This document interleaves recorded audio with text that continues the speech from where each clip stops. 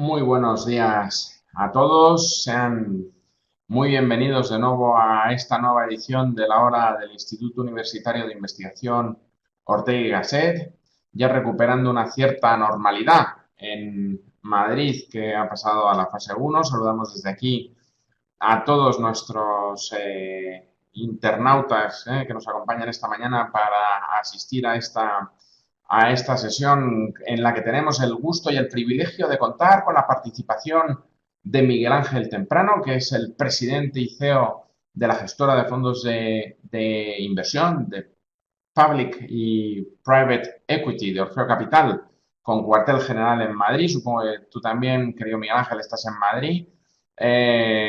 También tenéis sedes en Londres, en Ciudad de Panamá, en Ciudad de México, todos ellos lugares muy cercanos por distintos motivos a este mismo instituto universitario que, como seguramente sabes, crearon mi maestro y el nieto de Ortega y la hija de Ortega cuando estaban en Oxford estudiando en el tardofranquismo, ¿no? Y en los primeros años de la democracia, y por tanto a imagen de esos college del mundo anglosajón, ¿no? Y en Ciudad de Panamá y Ciudad de México, pues en Ciudad de México tenemos, como sabes, una sede del Instituto Universitario de Investigación Ortega y Gasset, y en Panamá varios de nuestros alumnos proceden siempre de ese querido país, como de buena parte de Latinoamérica, y por tanto nos da mucho gusto que estés aquí con el conocimiento que tú tienes. Eres un reputado economista, hiciste tu MBA en el Instituto de Empresa, que como todo el mundo sabe es uno de los mejores del mundo. También eres licenciado en biología, que en estos tiempos también tiene un interés muy singular, ¿no? En tu especialidad, aunque eres experto, ¿no? Hiciste tu especialidad en bioquímica y biología molecular, has sido profesor invitado de valoración de empresas y de estrategia en varios centros académicos en todo el mundo. Actualmente impartes conferencias de macroeconomía y geopolítica, que es lo que a todos nos interesa, ¿no? En esta era a la que nos aproximamos post-COVID-19. Antes de tu experiencia en Orfeo Capital, donde llevas dedicándote a la gestión patrimonial, ¿no? Hace al menos más, casi 20 años, ¿no? Por lo menos hasta donde tengo entendido. Ha sido director ejecutivo también por otros 20 años prácticamente de grandes multinacionales cotizadas como Maxam, Wandel and Waterman o Main Nicholas, que afectan, ¿no?, a sectores económicos tan diversos como las telecomunicaciones, el sector químico o la logística, ¿no? Por tanto, creo que para el instituto que me honro en dirigir, soy un gran placer tenerte con nosotros. Pocas personas en nuestro mundo tan capacitadas y con tanta información y conocimiento como tú para hablar de cómo va a ser esta recuperación post-COVID-19. Tú le has puesto el sugerente título de ganadores y perdedores, ¿no? Aproximación desde factores externos a la economía. Espero que nos des algunas de esas claves a nosotros y a toda esta comunidad FOM para estar entre los ganadores y ayudar a los perdedores a que afronten con mejor disposición y en la medida de lo posible pues ganemos todos, ¿no? Es una de esas famosas leyes que en los últimos años afortunadamente se han abierto camino. Querido Miguel Ángel, no robo ni un minuto más de tu intervención, estamos todos deseando escucharte. Muchísimas gracias por aceptar nuestra invitación y tuya es la palabra. Conecta el micrófono, por favor, que yo al menos no te escucho. A ver si.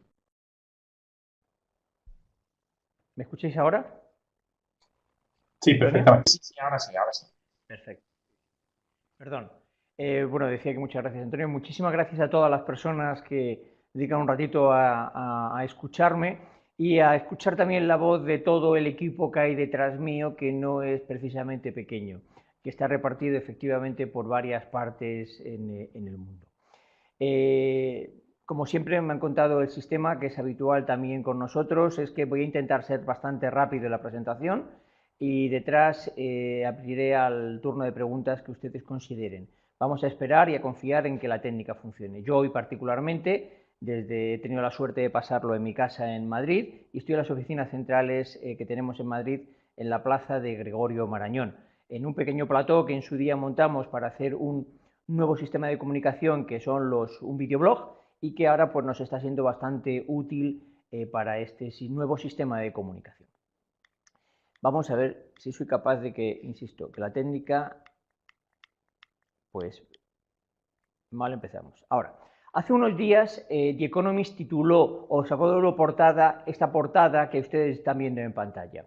Hemos perdido en escasamente 3 meses, o quizás inclusive en menos de 3 meses, el PIB, es decir, la generación de riqueza bruta que un país como España, es decir, la 13ª potencia mundial, genera prácticamente en una década. Esto nos lleva a que, digamos, sin lugar a dudas, que estamos ante la más abrupta, por lo rápida y más profunda recesión que se ha producido desde la Gran Depresión del 29. Esto nadie de los que podemos estar escuchando esto, y muy probablemente ninguno de nuestros padres lo hayan tenido ocasión de vivir.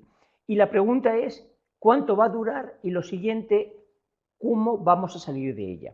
Pero lo que hemos descubierto es que si Internet o la tecnología había llegado durante estos últimos años y hablábamos de unos avances en factores multiplicadores hasta de 5 por año, en 3 meses hemos visto que va a cambiar nuestro panorama de una manera brutal. Y fíjense qué cosa más curiosa, simple y llanamente esto mismo que estamos haciendo ahora, es decir, una videoconferencia, antes no estaba tan claro que se hiciese. Los sistemas de teletrabajo, el otro día Facebook dijo que muchos de sus trabajadores no volverían nunca más a las oficinas a trabajar. Otras directamente se lo están pensando y han dicho que para empezar este año no van a volver, independientemente de lo que vaya a pasar o no con la enfermedad.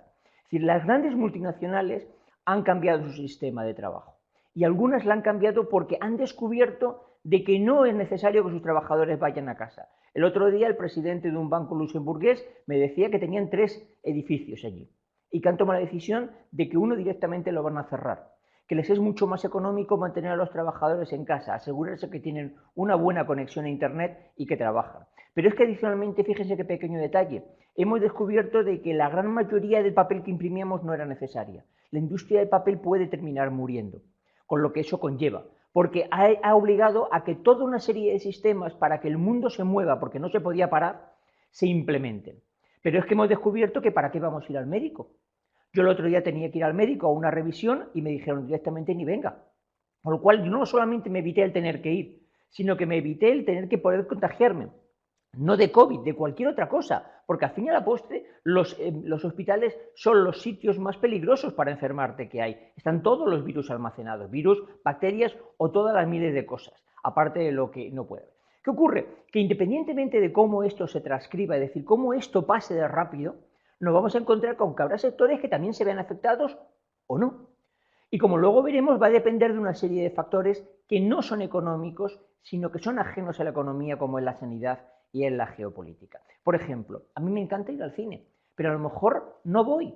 Pero no voy no porque no quiera, sino sencillamente porque los cines hayan cerrados, porque no hay negocio, y los cines no son uno de ellos obviamente, no hay negocio en el mundo que sea capaz de convivir con 1/3 del aforo que tiene. Las salas están diseñadas para que estén llenas, al menos los fines de semana, que es cuando la gente va al cine. Lo que no le podemos decir es que le vamos a quitar ni siquiera un 20% de aforo, porque los cines dejarán de existir. Todo depende de que toda una serie de factores se verán afectados a ello. ¿Y todo depende de qué? De un factor sanitario. Mire, la aparición de 3 factores puramente sanitarios, es decir, de la estabilidad del virus a la hora de mutar, de la viabilidad de la vacuna que nos pongan y de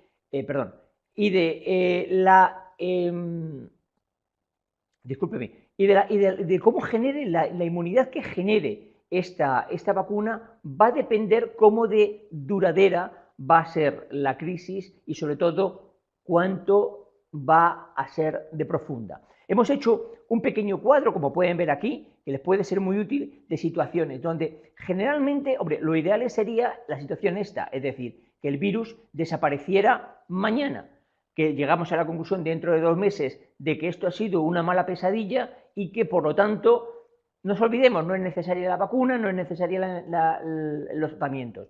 Pero ¿cuál es el problema? Que a lo mejor nos encontramos con que el virus se dedica a mutar de una manera brutal y que por lo tanto no va a valer para nada la vacuna que se haga. Dios quiera que esto no sea y ojalá ocurra lo primero. Lo normal es que nos encontremos en una situación donde el virus sea bastante estable, la vacuna genere una inmunidad que ronde aproximadamente entre 1 año y 2 y que sea bastante buena, es decir, genere una inmunidad de más del 80%. Si es así, nos encontraremos que nos va a costar salir y vamos a tardar en salir, pero menos que si nos encontramos en una situación muchísimo peor, donde entonces todo lo que tenemos no habrá valido para nada. Pero no todos los sectores se van a ver afectados igual, porque claro, a todos nos va a dar miedo acudir. Obviamente, si el sitio es más abierto, estaremos más proclives que si un sitio está cerrado. Pero además, si además son sitios donde hay un contacto estrecho, nos dará más miedo. Ahora quizás no, porque bueno, queremos salir, pero con el tiempo, si realmente ocurre, como se está hablando de clústeres epidémicos, como ha pasado hace unos días en Totana, donde empiezan a haber pequeños brotes, esos brotes nos hará concienciarnos más y todo aquello que estamos viendo estos días en la televisión muy probablemente cambie. Con lo cual, esto nos va a llevar a que va a haber sectores claramente ganadores y sectores claramente perdedores. ¿Y qué va a ser un sector ganador? Pues ya lo estamos viendo. Gente a la que no solamente no le ha afectado la crisis, sino que le ha venido bien. El cloud computing. El cloud computing es lo que nos permite a todos trabajar desde nuestras casas, comunicarnos, que permiten los sistemas de videoconferencia. ¿Y quién son los líderes en el cloud computing? Amazon y Microsoft. ¿Y qué ocurre? Las farmacéuticas. ¿Por qué? Porque va a cambiar nuestra manera de ver la vida.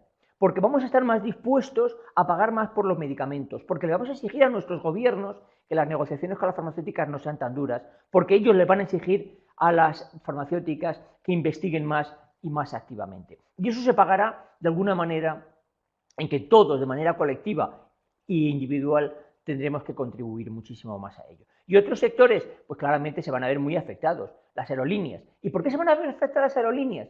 Pues muchos seguiremos viajando de ocio, porque nos encanta a todos, porque además es un tema aspiracional. Pero ¿qué ocurre? Que viajaremos 1/10 parte por motivos de trabajo. Y los aviones hoy en día se llenan de un 80% de turismo que paga el avión y un 20% que es de negocios, que es lo que te hace que el avión sea interesante, es decir, que la aerolínea gane dinero. Si esa gente dejamos de viajar lo que viajamos y pasamos a viajar 1/10 parte porque estos sistemas de videotrabajo no lo permiten, van a sufrir. Y van a sufrir mucho. Ayer lo vimos. Lufthansa ha necesitado un rescate de 9.000 millones de euros. Es una cifra realmente majestuosa. Majestuosa. Y todas las aerolíneas, ya las americanas lo han tenido o lo han sufrido, pero lo vamos a ir viendo de una manera más habitual. ¿Quién va a sufrir también mucho? Pues las inmobiliarias, los real estate. ¿Por qué? Pues porque las grandes oficinas, las grandes compañías no van a necesitar tener tantas oficinas, van a necesitar tener menos. Por ejemplo, los departamentos de riesgos de los bancos, ¿para qué van a estar en los grandes edificios? Que estén en su casa. Y el banco se ahorrará un gran espacio que pagar. Por lo tanto, eso va a sufrir. Y luego, la gente que ha sufrido viviendo en un piso, por muy bonito que sea, en un sitio todo lo bueno que sea, pero con una simple terraza, va a decir si le merece más la pena eso o si le merece la pena irse a vivir un poquito más lejos, dado que no va a tener que ir todos los días a trabajar como iba antes. Fíjate qué cosa más curiosa. El otro día leía esta gráfica y decía que hace solamente 3 meses, no 3 años, 3 meses, lo que se le esperaba es que la gente tuviese una necesidad de todos estos sectores.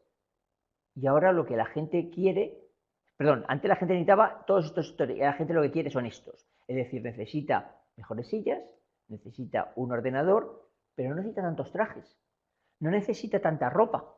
Ayer me hacía mucha gracia porque veíamos un webinar de este tipo, una videoconferencia de este tipo, donde un ministro se le movía la cámara y se le veía que el hombre estaba efectivamente con chaqueta, corbata, camisa, chaqueta, corbata, pero estaba en calzoncillos, porque directamente no se había puesto los pantalones para salir. Bueno, era un ministro. ¿Hasta qué punto hemos llegado de que determinadas necesidades no se van a tener más en el futuro próximo? Yo pongo un ejemplo abajo que es gracioso. Cuando yo me incorporé al mercado laboral hace ya casi 40 años, lo que poníamos en nuestros currículums era que teníamos carnet de conducir y que además si disponías de coche propio o acceso a él, pues era muy importante. Ahora la pregunta ya no es esa. Ahora la pregunta es, ¿cuál es el ancho de banda que tiene usted en su casa? Y en segundo lugar, ¿tiene usted un sitio para poder trabajar de manera tranquila sin que le molesten? Ese va a ser ahora el factor crítico, no si puede o no puede desplazarse en un medio u otro, porque no va a ser relevante. Otro factor, en este caso ya no sanitario sino geopolítico, es que estamos en año electoral. Miren, para que quede claro antes de empezar, yo soy proamericano, muy proamericano. Tengo muchísima relación por muchos años con ellos. No solamente me parecen un país maravilloso, sino un país hiperrespetable. Alguien que son capaces de unirse sistemáticamente bajo su bandera, me parece que tienen un concepto de sociedad muchísimo más avanzado de lo que tenemos algunos de los países europeos. Y no distingo entre demócratas y republicanos, sobre todo porque esa conciencia que hay en España de que los demócratas son de izquierdas y los republicanos de derechas, aquel que lo dice es un desconocedor profundo de la política americana. Yo les invito a que vean dentro de nuestra página web, en la parte de actualidad y de videoblog, un vídeo donde explicamos las diferencias entre el Partido Demócrata y el Partido Republicano, y van a encontrar con que no son asimilables a ninguna de ellas. Por lo tanto, a mí me gustan los líderes, independientemente de que si son republicanos o si son demócratas. Y el señor que tenemos ahora creo que es una persona devastadora para la economía mundial, completamente devastadora. El daño que nos ha hecho ha sido brutal, pero nos ha hecho daño brutal a los americanos y al mundo occidental, que ha permitido claramente que a los chinos les ha abierto las puertas del mundo para que lo ocupen. Venía un trolebús y le ha dicho: pase usted, en lugar de decir con unos instrumentos muchísimo más diplomáticos, una gestión muchísimo más adecuada de pare usted, pero vamos a ver cómo lo hacemos, porque no pueden seguir así. Y sí es cierto que el índice de aceptación de los demócratas y tanto de los demócratas como de los republicanos, de sus votantes, es cada vez más bajo sobre los chinos. Su opinión es, en ambos casos, en este caso, Biden, si gana las elecciones, tendrá que tomar algún tipo de medidas, que ya las ha dicho que las tomará para parar a los chinos, porque, como luego veremos, intentan implementar su propio orden mundial. ¿Pero qué pasó? Que si nos vamos a las elecciones de hace unos años, en el año 2016, Trump ganó por escasísima mayoría. Pero el problema es que con el sistema electoral americano, un sistema muy particular de todos los votos se concentran en el ganador del estado en cuestión, ganó en 3 estados con una diferencia literalmente ridícula.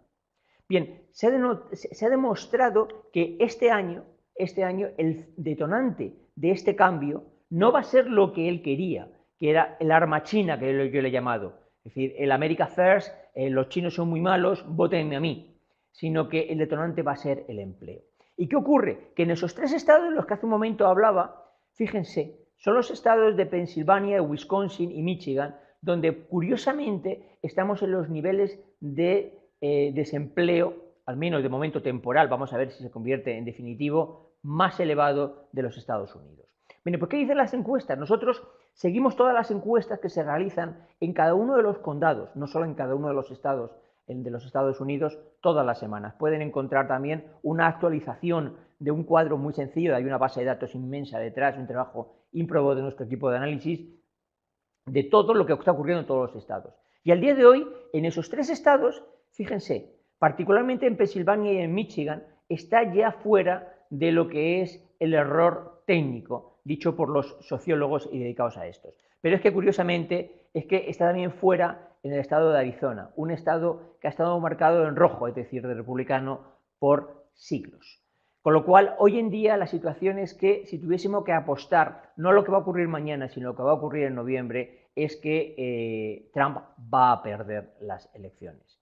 Y si pierde las elecciones, nos podemos encontrar con que Biden le va a tocar atacar una situación completamente nueva. Para aquellos que no son economistas, permítanme que haga un inciso de historia muy importante.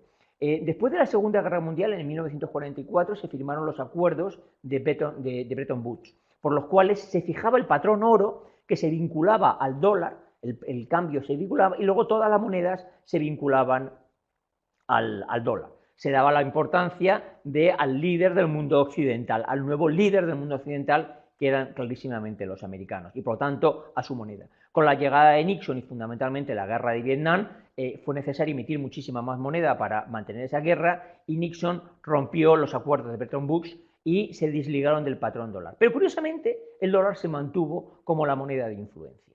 Y eso permitió varias cosas desde los años 70 hasta ahora, que es que los americanos hayan creado un tema muy importante, que fue el sistema de intercomunicación bancaria. Lo habrán visto muchos de ustedes, aquellos que son economistas lo conocerán perfectamente, que es el sistema bancario SWIFT, que es cuando uno va a hacer una transferencia internacional, le dicen cuál es el switch del banco. Bien, ese sistema es americano, lo controlan los americanos, pero curiosamente ese sistema ha llevado a que la gran mayoría de las transacciones que se realizan en el planeta, que todos los días estamos hablando de una cantidad ingente de dinero, pase por un banco corresponsal americano, lo cual significa que la gran mayoría de las comisiones que se cobran en el planeta, comisiones bancarias, las cobre un banco americano, pero con una tercera derivada. Controlan absolutamente todo lo que ocurre y eso les permite ser los grandes sheriff del mundo. Hace unos días vimos cómo a Repsol, el consejero de Seguridad Nacional americano, les dijo que o paraban de manera inmediata de recoger petróleo venezolano, perdón, se me ha cambiado esto, o les bloqueaban todo acceso al mercado de capitales mundial. Dicho y hecho. Pero es que semana anterior se había dicho a los chinos. Dicho y hecho. Pero claro, eso dicho a los chinos, que hace 10 años representaban un 3% del PIB mundial, tenía un pase. Pero es que ahora son la tercera potencia mundial si contamos a la Unión Europea como la segunda. Y dentro de no mucho van a ser la primera. Y gracias a Trump van a ir un poquito más rápido a ese puesto de ventaja. Por lo tanto, los chinos lo que están diciendo es, hasta aquí hemos llegado, señores, queremos nuestra parte de la tarta que corresponde. Y eso va a ser muy importante durante la próxima década, porque va a afectar a muchísimas cosas, no solamente a la parte financiera, sino a la parte de control de poder, a la parte de qué sectores son los importantes, a la parte de qué es lo que nos interesa a nosotros. Y más si al final ocurre como aparentemente está ocurriendo, que es que desgraciadamente en los países pobres, y en este caso, en el caso de Sudamérica, el virus se queda como endémico, porque tienen desgraciadamente una economía de ingreso diario. El 70% de los países latinoamericanos tienen lo que se llama una economía de ingreso diario, es decir, es imposible que los latinoamericanos se queden en su casa en un nivel de confinamiento como el que hemos tenido nosotros. Por lo tanto, el control del virus es materialmente imposible y vacunarles a todos ellos va a ser, cuando menos, muy complicado. Bien, vamos a ir muy rápidamente con los estímulos que hemos hecho durante este tiempo. Tanto los americanos como los europeos hemos actuado de una manera coordinada. Bueno, vamos a decirlo de coordinada de una manera benévola para que nos quede bien porque somos europeos, porque hemos sido de todos menos coordinados. Los americanos han actuado como uno solo y nosotros hemos actuado como una película de grillos. Ellos han cogido y han inyectado dinero de una manera masiva. Mientras que nosotros, por contra, lo que nos hemos dicho es, muy bien, sí, dinero todo el que sea necesario, que son nuestros estímulos monetarios, pero cuidado con los estímulos fiscales. Los americanos, fíjense qué cosa más detalle, qué cosa más importante. Los americanos, después de la Gran Depresión del 29, llegaron a la conclusión de que eran capaces de crear un sistema para que avanzar mediante una alianza público-privada. Y la alianza funcionó también mediante este fondo de reestructuración corporativa, mediante una alianza público-privada que permitió avalar de una manera constante durante muchísimos años a muchísimos emprendedores privados para que relanzaran el país. Y aquello le saldó a cero al contribuyente americano. Fue tan bueno que luego se utilizó como un programa para estimular a la fabricación de armamento durante la Segunda Guerra Mundial. Se le dio tal potestad al sistema que tenían hasta la facultad de que se emitiesen sistemas con desgravaciones fiscales. Aquello funcionó maravillosamente. Desgraciadamente, ¿qué ha pasado ahora? Pues que mientras que en el año 2009, mientras que en el año 2009, en el año 29 se hizo todo esto, en el año 2009 prácticamente no se hizo nada, que realmente todo vino de estímulos monetarios. ¿Qué ha pasado ahora? Pues que hemos llegado a esa conclusión. Es decir, los estímulos monetarios han sido brutales tanto en uno como en otro caso, tanto en Estados Unidos como en Europa, pero los estímulos fiscales en Estados Unidos sí que han sido importantes. Vamos a ver si los estímulos han sido suficientes. De momento llevan ya 3,2 trillones americanos de dinero invertido, fundamentalmente en cheques. Ahora tendrán que hacer un programa de reactivación, pero los europeos no nos ponemos de acuerdo. Por una parte, los países del sur de Europa queremos que nos den la deuda gratis, porque no podemos más, porque no queremos, los gobiernos de nuestros países no se quieren estigmatizar con un sistema de rescate, pero los países que tienen el dinero, miren, lo digo, soy español y me encantaría, pero lo digo, si yo fuese austríaco o alemán diría que no. Oiga, mire, yo no le doy el dinero gratis, yo no dejo que usted que yo me endeude para darle el dinero y que usted haga lo que le dé la gana con él.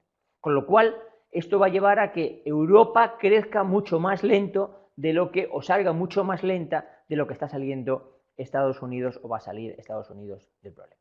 Ya para acabar, fíjense, nos encontramos, y lo digo porque nosotros somos unos especialistas en los mercados financieros, en que hay una tremenda separación entre lo que es la economía real y lo que es la economía financiera.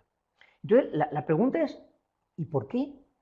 Es decir, ¿por qué los mercados, a pesar de las caídas iniciales, están rebotando justamente en los momentos en que peores y peores y peores noticias se ven y además se materializan más? Pues yo creo que hay que buscarles a porque este dopaje de dinero que se ha hecho durante la última década, tanto en Estados Unidos como en Europa, ha provocado dos cosas muy importantes. La primera es una concentración, es decir, no hay tanto inversor privado como había antes. Ahora ya la gran mayoría está en muchísimas menos manos. Y la segunda, porque dentro de esos gestores están en muy pocas manos. Las grandes gestoras, el 1% de las gestoras manejan el 61% de los capitales. Eso, además de ser preocupante, es muy peligroso, porque claro, si yo soy una gran gestora como BlackRock y tengo mucho dinero que invertir, pues se me acaban las empresas donde hacerlo. Con lo cual, ¿qué ocurre? Que entro con un porcentaje muy elevado. Como por política no me puedo sentar en los consejos de administración, impongo determinadas cosas al consejo desde fuera.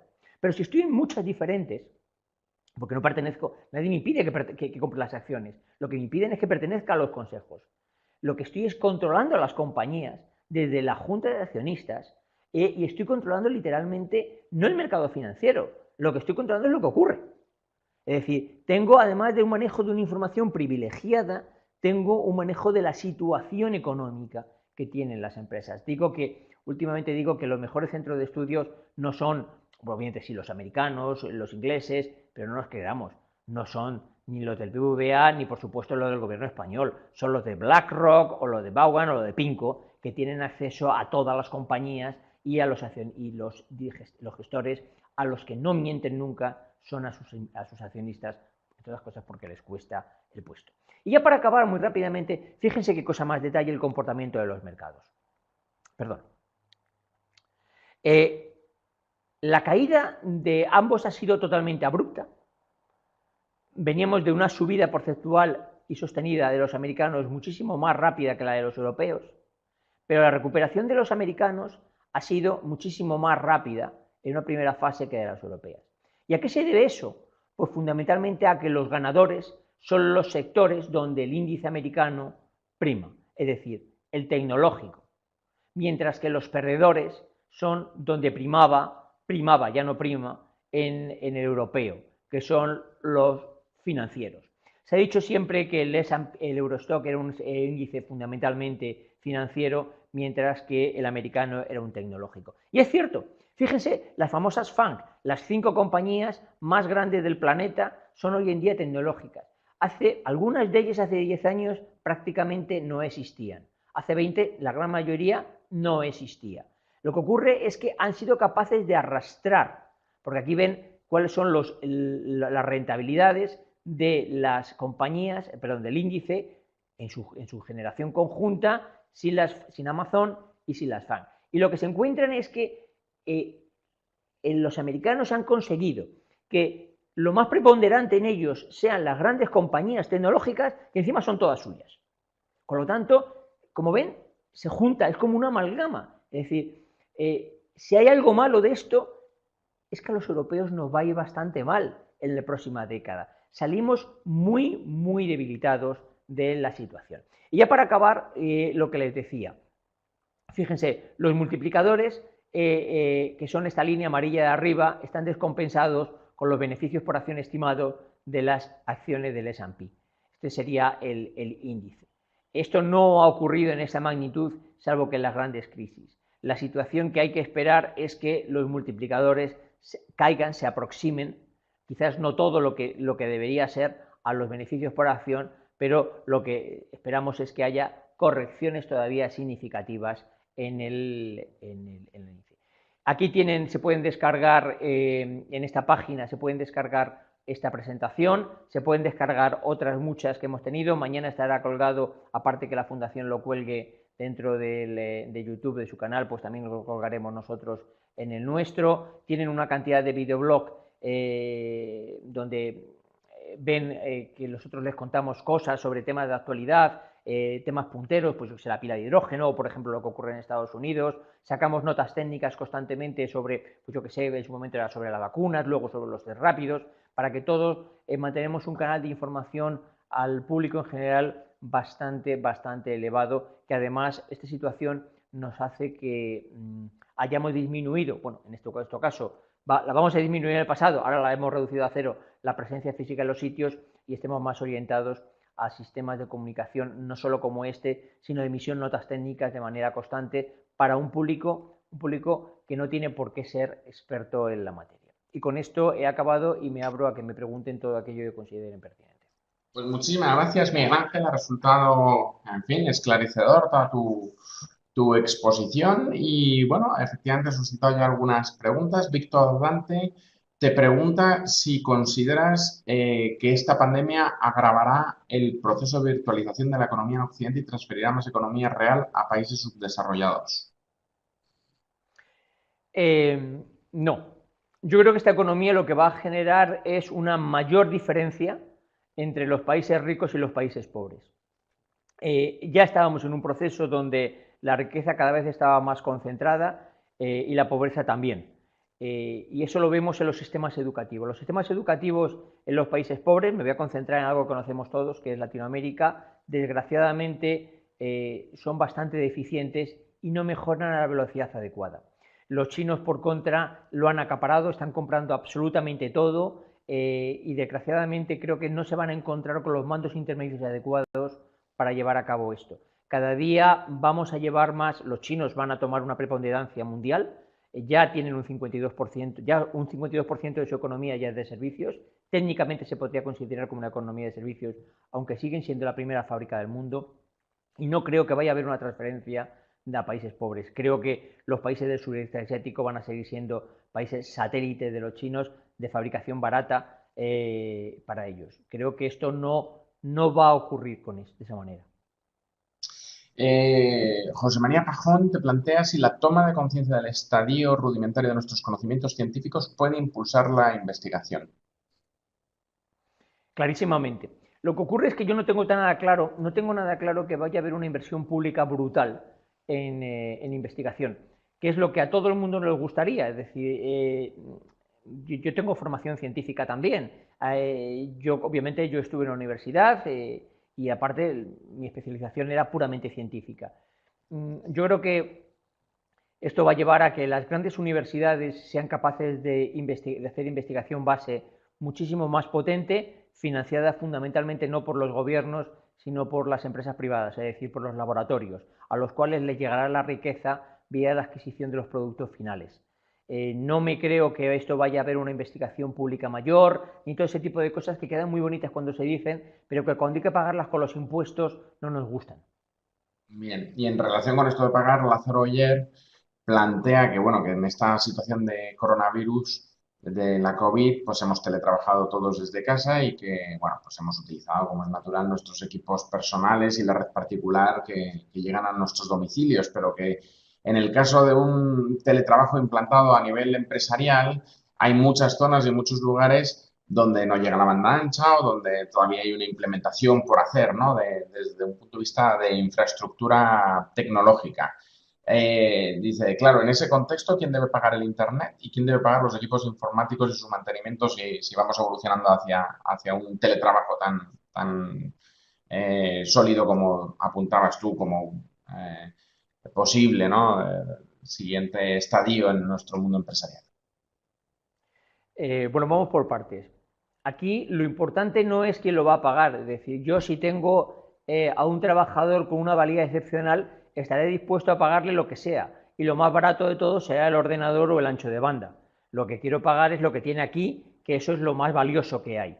Por lo tanto, la formación de los trabajadores hará que nos diferencie de una manera más. Es por lo que hablaba de la diferencia de los sistemas educativos.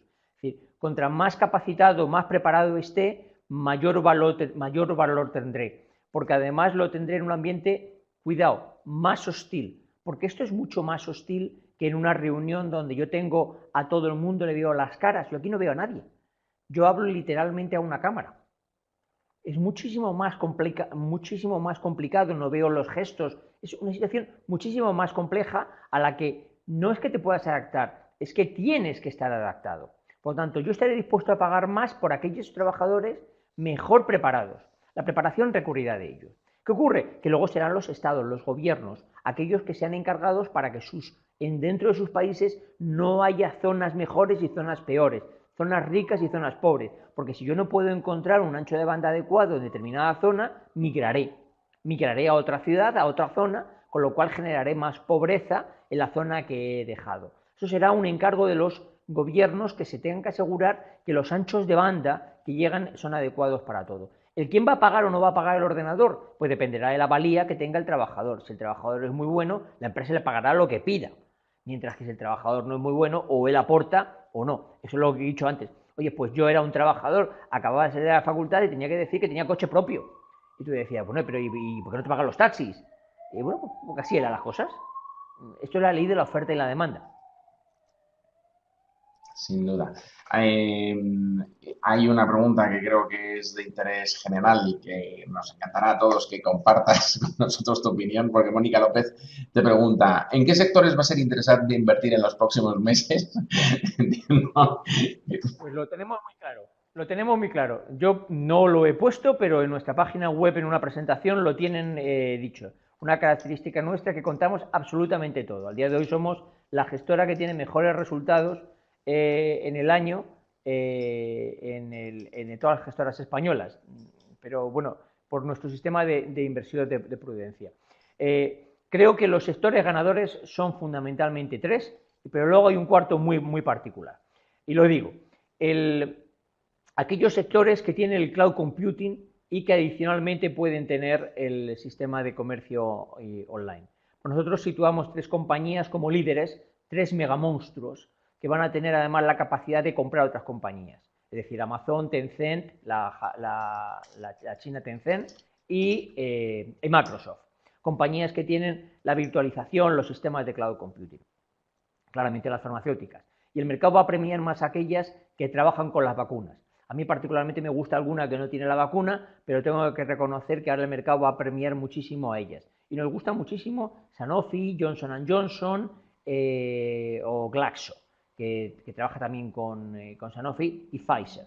A mí hay una compañía que me gusta muchísimo, que es Amgen, la americana Amgen, que trabaja en nanotecnología, que nació en Silicon Valley, pero es una gran farmacéutica, una gran tecnológica. Y luego los sistemas de pago. Es decir, el sistema de pago ha cambiado. Yo digo siempre que es curioso, si uno se va por los países nórdicos, lo que ve muy abundante ya en los hoteles no es smoke free, que es lo que se ponía antes de aquí no está prohibido fumar. Ahora lo que se encuentra son letreros que dice cash free. Es decir, ya no pagan. No sé si ustedes lo saben, pero el promotor del sistema de que se retire el efectivo del mercado fue uno de los miembros de ABA. Atracaron a su hijo por la calle, le pegaron una paliza para robarle la cartera y él trabajó activamente dentro de las sociedades nórdicas para que se retirase el papel. Y efectivamente, prácticamente está retirado el papel. No es necesario llevar absolutamente para nada. Ayer escuchaba que la OMS había dicho, y el Banco Central, que el dinero no transmite el COVID. Bueno, no lo sé, pero no sé por qué tengo que limpiar una caja de cartón de cornflakes cuando me la compro en el supermercado y en cambio el billete de 5 euros que está sobado por tu hijo de cristiano no me lo va a transmitir. Será verdad, pero ante la duda mejor pago por tarjeta. Y si es posible, pago por el móvil. ¿Y quiénes son los que van a generar todo esto? Pues compañía como Adyen o compañía como PayPal, que están haciendo un sistema. Y el cuarto sector muy particular es del petróleo. Creo fundamentalmente que en la nueva vida las energías limpias van a tener una mayor preponderancia, sobre todo porque hemos descubierto todos algo que era evidente, pero que aparentemente no sabíamos o no queríamos saber, que la contaminación daña nuestro sistema, nuestro primer sistema de respuesta ante el ataque de virus y bacterias. Todos los años mueren en el planeta 8.000 millones, perdón, 8.000 millones de personas, no, 8.000 millones no, 8 millones de personas, perdón, 8 millones de personas al año solamente por sistema de contaminación. Perdón, ahora que hemos incrementado por prácticamente el doble el número de COVID. Es decir, aquellas personas que están en ambientes contaminados son 2 veces más proclives a ser infectadas por virus de este tipo porque su sistema está dañado. Está dañado por la contaminación. Pero no nos olvidemos, eso está muy bien, pero el petróleo es lo que nos va a seguir moviendo durante los próximos 15 años o 20. Nos guste o nos disguste, los aviones los mueven petróleo y no hay una energía alternativa nueva, la pila de hidrógeno le queda todavía bastante tiempo, los coches son los que son y las baterías hoy en día todavía no funcionan de manera adecuada, el petróleo va a seguir siendo y se ha puesto súper barato. Es decir, el petróleo se tiene que estabilizar para que la economía funcione de una manera adecuada en $50 el barril. En $30 el barril ha llegado a estar, bueno, independientemente de los días que estuvo en negativo, que fue cosas muy puntuales por un ajuste de futuros, nada con la realidad, hasta aproximadamente en 20. Eso va a hacer que determinadas compañías estén muy baratas y se pueda comprar en ellos. Pero grandes, es decir, Exxon, Chevron, fundamentalmente aquellas que son más refineras como Chevron y Total.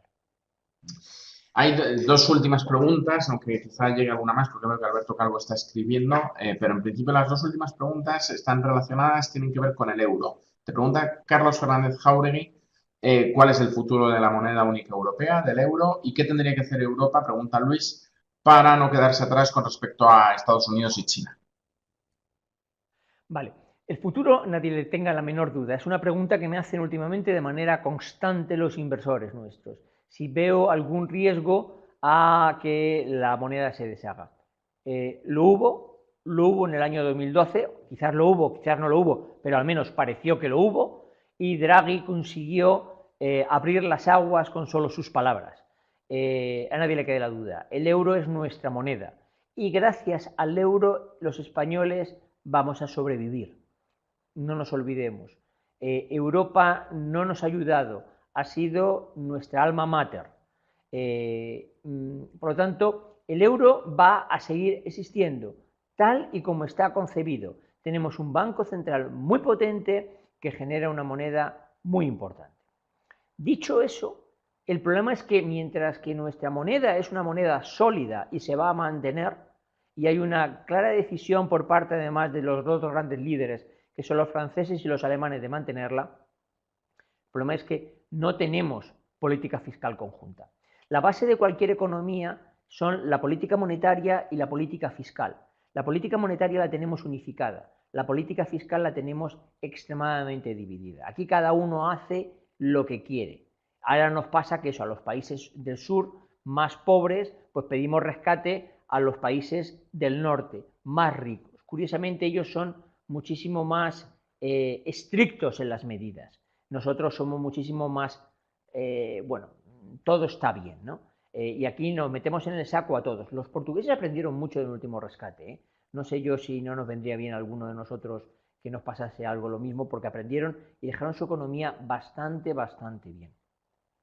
Al euro no le veo ninguna posibilidad de que le pase absolutamente nada. Otra cosa es la fuerza, es decir, si no tenemos una política fiscal unida que soporte de una manera un crecimiento de PIB de una manera uniforme, la solidez de nuestra moneda se va a ver muy dañada. Y nos encontramos a dos grandes monstruos, al monstruo que existe, que son los americanos, que tienen una política fiscal unitaria junto con una política monetaria unitaria, y los chinos, que es el nuevo dragón que crece a una velocidad brutal, comiéndose todo lo que pasa alrededor, que concurre ambas cosas. Nuestra moneda seguirá siendo una moneda débil en comparación con estas dos. No tendremos ninguna posibilidad de sustituir ni parcial ni por supuesto totalmente al dólar, y nos quedaremos como, bueno, pues una moneda más. Pero bueno, esperemos que pasen todavía una década hasta que esto se establezca de esta manera, que sea cuando los chinos van a meter la suya en esa guerra tan importante que ocurre con los americanos. Porque ya no va a haber nunca más guerras, a mi entender, entre las grandes potencias de tirarse bombas. Son este tipo de bombas.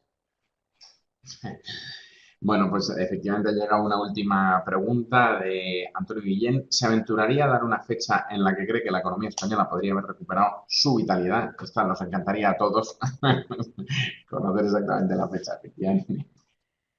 Me repito, voy a ir a la transparencia esta, porque yo creo que esto es el kit de la cuestión.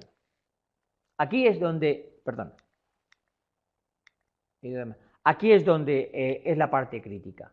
Es decir, cómo de estable va a ser la vacuna, cómo de generadora de anticuerpos va a ser y cada cuánto va a haber que revacunarnos. Esto es lo crítico. Es decir, obviamente, si me dicen que mañana ha desaparecido el virus porque, como dijo el neumólogo ruso, esto se ha acabado, pues vamos a recuperarnos rapidísimamente. Quizás nos cueste un par de años, quizá 3. Yo, como eso me cuesta creérmelo, ojalá fuese verdad, pero me cuesta creérmelo, yo creo que nos va a costar no menos de 4 años, en la mejor de las situaciones, volver a una situación parecida a la que nos encontrábamos hace 3 meses. Pues muchísimas gracias. La verdad, mira, ha entrado una última de Noelia. Nos quedan 5 minutos, así que te la voy a hacer. Dice, sin un turismo en los números que venía conociendo España, sin estudiantes latinoamericanos que vengan a estudiar, ¿cómo podrá sobrevivir la economía española? A mí me preocupa especialmente lo de los estudiantes, y aquí te hago un inciso como director del instituto, porque no solo, en fin, la adaptación que podemos hacer al mercado online, que por supuesto, ¿no? Eso se puede hacer, ¿no? Pero ahí sobre todo las maestrías oficiales y cómo se desarrollan también la propia pandemia y los ciclos víricos, ¿no? Y tú como biólogo además lo entenderás mucho mejor, que no es todo homogéneo, ¿no? Ahora en Latinoamérica están en pleno impacto, ¿no? Y nosotros vamos saliendo y por tanto tiene, digamos, cronologías distintas, ¿no? Entonces, esto no sé yo si efectivamente muchas veces el mundo académico y de nuestras autoridades pues no va al mismo ritmo que la realidad, ¿no? Y en ese sentido creo que para el sector del turismo y desde luego para el educativo es un problema serio, ¿no? Bien, vamos por partes porque es importante. Nosotros tenemos una participación muy relevante, mayoritaria, en una compañía de enseñanza online para estudiantes de colegios, de lo que se llama educación reglada, y estamos descubriendo varias cosas. El nivel de acceso a Internet en Latinoamérica, bueno, lo estamos descubriendo, lo sabíamos, lo que pasa es que ahora se ha puesto en negro sobre blanco del día a día. El nivel de acceso a Internet con una franja no alta, pero no con una banda ancha muy grande, sino con algo muchísimo más residual, es a su vez residual. Es decir, el acceso es muy bajo. El control de la pandemia en Latinoamérica yo lo cifraría como imposible, salvo que haya la inmensa suerte de que el virus se vaya por las buenas. Pero eso es que les toque el euromillón o que nos toque el euromillón a todos los habitantes europeos. Si contamos con que es bastante complicado que nos toque, diría que es imposible. ¿Y por qué es imposible? Por algo que he dicho antes. La economía latinoamericana, sudamericana en general, tiene un índice, es una economía de ingreso diario en un 70%. Es decir, un 70% de media de los sudamericanos tienen que salir todos los días a la calle para conseguir los ingresos necesarios para comer. Mire, si a mí me confina en mi casa porque me puede matar un virus, me voy a morir antes de hambre. Por lo tanto, voy a despreciar el tema del virus y voy a salir. Con lo cual el virus va a ser incontrolable, totalmente incontrolable salvo que haya un proceso de vacunación masiva. Si la vacuna no tiene, como aparentemente parece, que ese tipo de virus no generan una inmunidad permanente, como es la vacuna del sarampión, sino una inmunidad temporal, significaría una revacunación constante de la población, que es literalmente imposible de hacer, por varios motivos, porque aquí tenemos unos centros asistenciales muy buenos y allí no. ¿Qué va a pasar? La migración latinoamericana a Europa va a tener que ser muchísimo más controlada. Vamos a pedir unos sistemas de certificación sanitaria muy complicados de implementar. Pensemos que primero los tenemos que implementar aquí, más luego implementarlos a toda la inmigración. La cosa en el corto y medio plazo, si es así, desgraciadamente se va a comportar de una manera muchísimo más lenta. Y eso acentuado con lo que son los clústeres epidémicos. Está claro que no creo, por lo menos todo parece ser que es así, no va a haber una nueva ola pandémica, es decir, no va a haber una gran oleada que nos obligue a confinarnos otra vez a casa a todo el mundo, sino que va a haber lo que le llaman los epidemiólogos clústeres epidémicos, es decir, focos localizados en un punto determinado que obliga a la confinación de ese punto. Lo hemos visto estos días en Totana, en Murcia, pero lo podemos ver pasado mañana en Madrid o en una gran ciudad. Claro, si eso se produce en Latinoamérica, vamos a estar constantemente bloqueando la entrada de ese tipo de personas. Claro, entramos a la siguiente. Bueno, pues que el que venga vacunado, pero además le sometemos a una cuarentena de 14 días. Determinadas personas podrán hacerlo. Cierto es, podrán aquellos que tienen dinero, es decir, el 2% de la población que concentra el 80% de la riqueza latinoamericana. Pero el 98% de la población, a aquella a la que queremos formar para que salgan del agujero donde se encuentran, va a tener muy complicado los procesos de migración que son parte de sus procesos productivos. La siguiente cosa es, habrá que trabajar muchísimo más en sistemas de formación online, con la complejidad de que los sistemas de banda ancha están muy lejos de ser implementados de manera masiva. ¿Y por qué? Pues porque directamente ni el gran nudo llega. Se hablaba de que la última milla, en el caso de la última milla en Latinoamérica, son las 100 millas.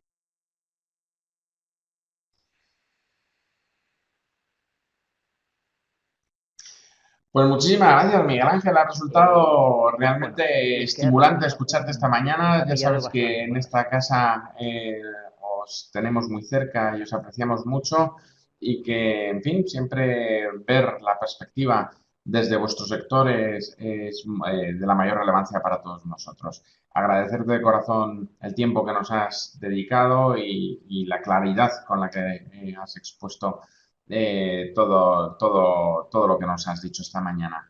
Y a todos ustedes agradecerles igualmente su asistencia a esta hora de la Ortega, eh, esperando contar. Sí, claro.